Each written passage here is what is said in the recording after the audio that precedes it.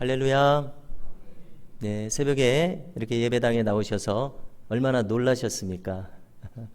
우리 강대상을 이렇게 가운데로 하고 느끼셨는지 모르겠습니다만은 십자가 커튼도 이제 흰색으로 아이보리색으로 교체가 되었습니다. 그래서 색상으로는 조금 밝아졌습니다. 그리고 강대상을 가운데로 모이게 된 것은 제가 이렇게 바른 방향으로 두루두루 회중들을 바라보고 싶어서 가운데로 이렇게 모이고자 하는 뜻에 의해서 이렇게 옮기게 되었습니다. 자, 이제 오늘 주어진 말씀을 함께 나누겠습니다. 자, 오늘 내용은 하나님의 심판이 임하는 내용을 계속 다루는데요. 특별히 바벨론에 대해서, 에돔에 대해서, 그리고 아라비아 지역의 여러 유목민들에게 대해서 가하시는 것을 다룹니다. 어제까지는 우리가 주로 아수르에 대한 내용을 다루었습니다. 아수르는 주전 722년에 북이스라엘을 멸망시켰고 주변 나라들을 또 점령했습니다. 유다에게도 크게 압박을 가해서 주전 701년에는 히스기야 왕 시대에 유다도 멸망할 뻔했습니다. 자, 그런데 아직 유다가 멸망할 때는 되지 않았고 이제 거의 100년 정도 지난 시기, 주전 612년에 바벨론이라는 강성한 나라가 또 갑자기 일어나서 그보다 북쪽에 있는 아수르를 멸망시키고 세계의 패권을 거머쥐게 됩니다. 자, 그런데 이 아수르도 주전 539년, 그러니까 100년을 가지를 못한 것입니다. 우리가 잘 아는 바사왕 고레스에 의해서 멸망을 하게 됩니다. 자, 그러니까 어제의 본문과 비교해 봤을 때는 거의 100년 정도의 차이가 있는 바벨론의 멸망을 이제 다루게 됩니다. 자, 바벨론은 이 엘람과 메데라고 하는 나라 혹은 민족에게 정복을 당합니다. 원래 바벨론과 그다음에 그보다 남동쪽에 있는 엘람, 그리고 바벨론의 동쪽에 있는 메데와는 서로 연합국을 이루고 있었습니다. 그리고 부마 관계로 서로 결혼 관계로 이어져 있는 나라였습니다만은 이 엘람과 메데가 자기들끼리만 연합을 해서 이제 바벨론을 오히려 하룻밤 사이에 함락시켜 버리는 이런 급변하는 국제 정세가 있었습니다. 그래서 이 엘람과 메데는 이제 바사, 우리가 세계사 책에서는 페르시아라고 하죠. 바사라는 나라를 결성해서 바벨론을 함락하는 것을 보게 됩니다.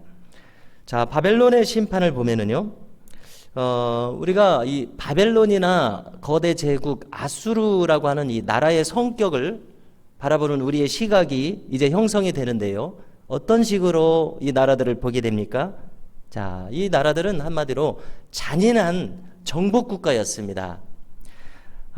우리가 이 아수르는 북이스라엘을 점령해서 그들은 어떻게 했습니까?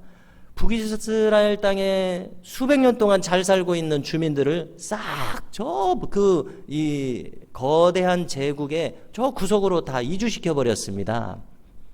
얼마나 이것이 잔인합니까? 이 의도는 무엇입니까? 그 민족을 말살시켜 버리겠다.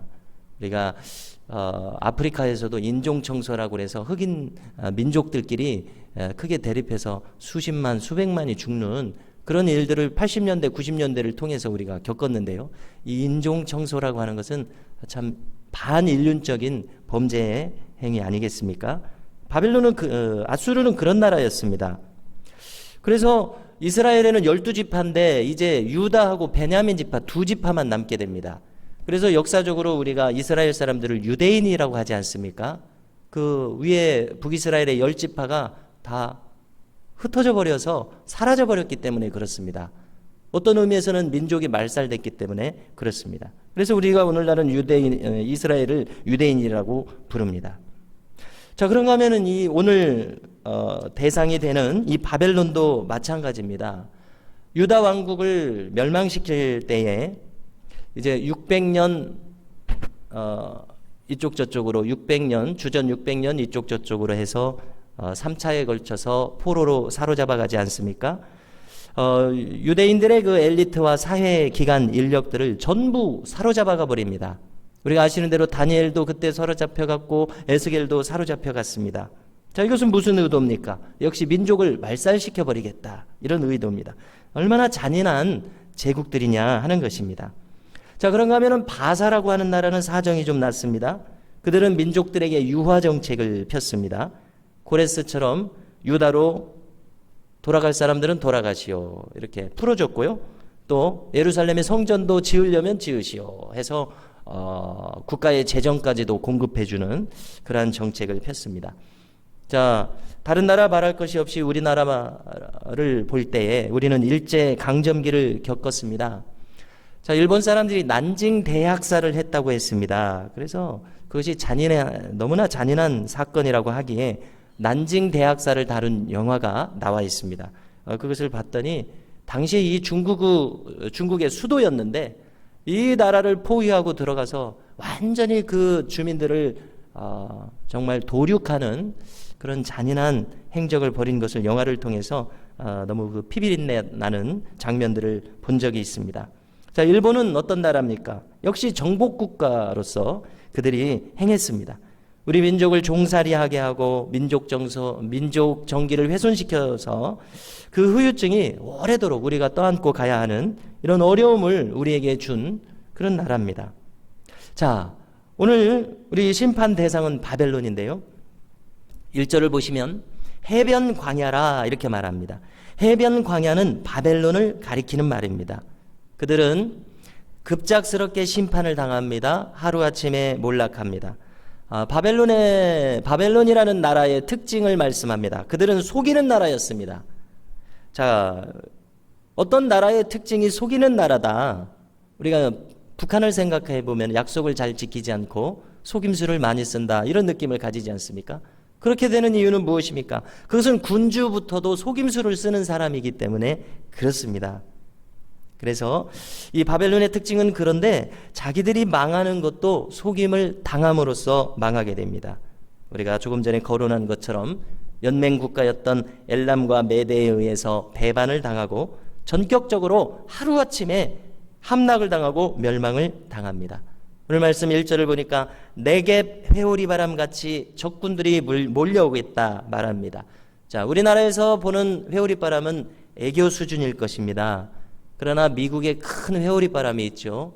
토네이도라는 회오리바람이라면 말이 달라집니다. 자, 네겝이라고 하는 것은 유다의 남부에 있는 큰 광야, 사막을 가리킵니다. 거기에서 일어나는 이 회오리바람은 미국에서 일어나는 그런 큰 토네이도 같은 것입니다. 어떻습니까? 순식간에 넓은 면적을 다 휩쓸어 가버립니다.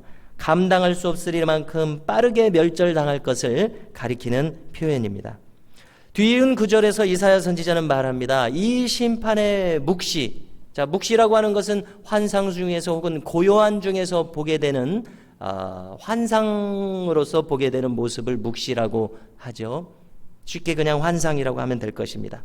자, 이것은 혹독한 묵시다 이렇게 말합니다. 혹독한 묵시. 자, 모압을 심판했을 때 우리가 그제 본문에서는 이 이사야 선지자는 모압이 심판당하는 모습에서는 크게 연민을 보였습니다. 너무나 안타까워하는 모습을 우리가 함께 읽었습니다.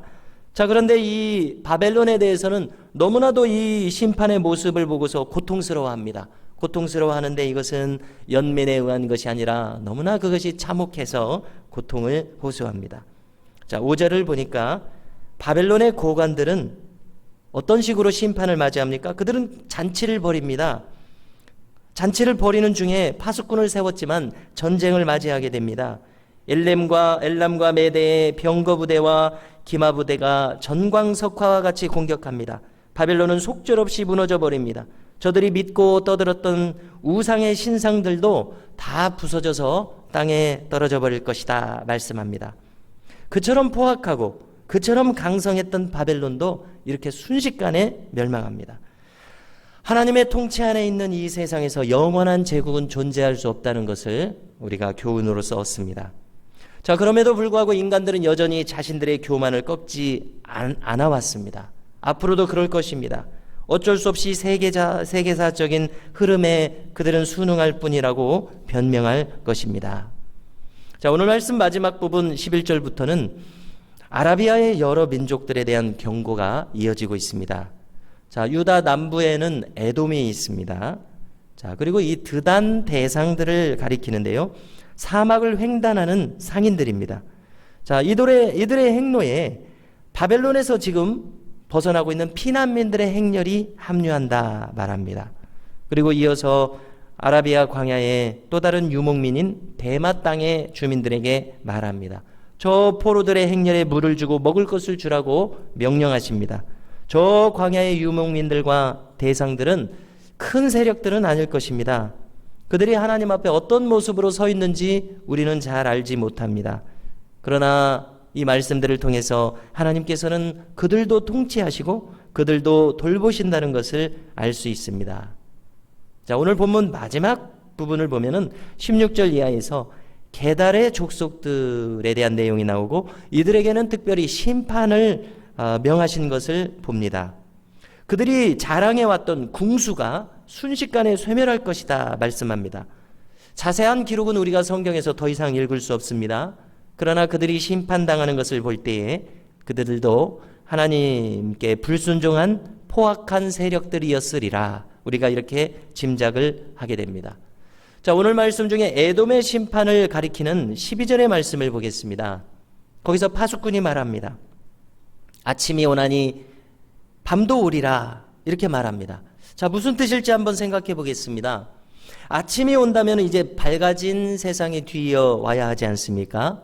그런데 아직도 여전히 밤일 것이다 이렇게 읽을 수가 있는 것입니다. 자, 무슨 뜻입니까? 우리가 만일 하나님의 뜻과 계획 밖에 있다고 한다면 여전히 우리의 영적인 현실은 밤일 것이다. 밤이 될 수밖에 없다는 것을 말한 것으로 이해합니다. 바로 이 지금 대상이 되는 에돔 사람들처럼 말입니다. 성도 여러분, 오늘도 저희로 하여금 이렇게 새벽 미명을 맞이하게 하셨습니다. 우리에게 펼쳐지는 이 영적인 상황이 우리가 여전히 어두움 가운데 있는 것이 아니라 이 새벽 미명처럼 밝아져서 광명한 빛의 길을 걸어가는 이 하루가 될 수 있기를 간절히 소망합니다.